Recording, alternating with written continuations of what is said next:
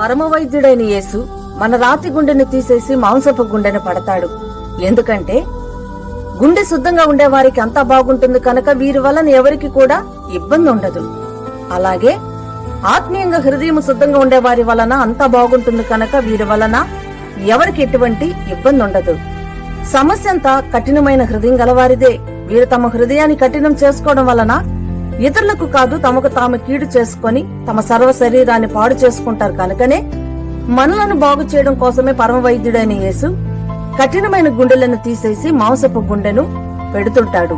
అందుకే ఆయన నా కుమారుడా, నా కుమార్తె, కఠినమైన మీ హృదయాలను నాకివ్వండి, నేను వాటిని బాగు చేసేస్తానని ప్రభు ప్రతి ఒక్కరిని పిలుస్తుంటాడు. ఆయన పిలిచే పిలుపు నీకు వినబడితే నీవు బాగుండాలని అనుకుంటే ఆ గుండెనానికి ఇవ్వు, దానిని బాగు చేస్తాడు.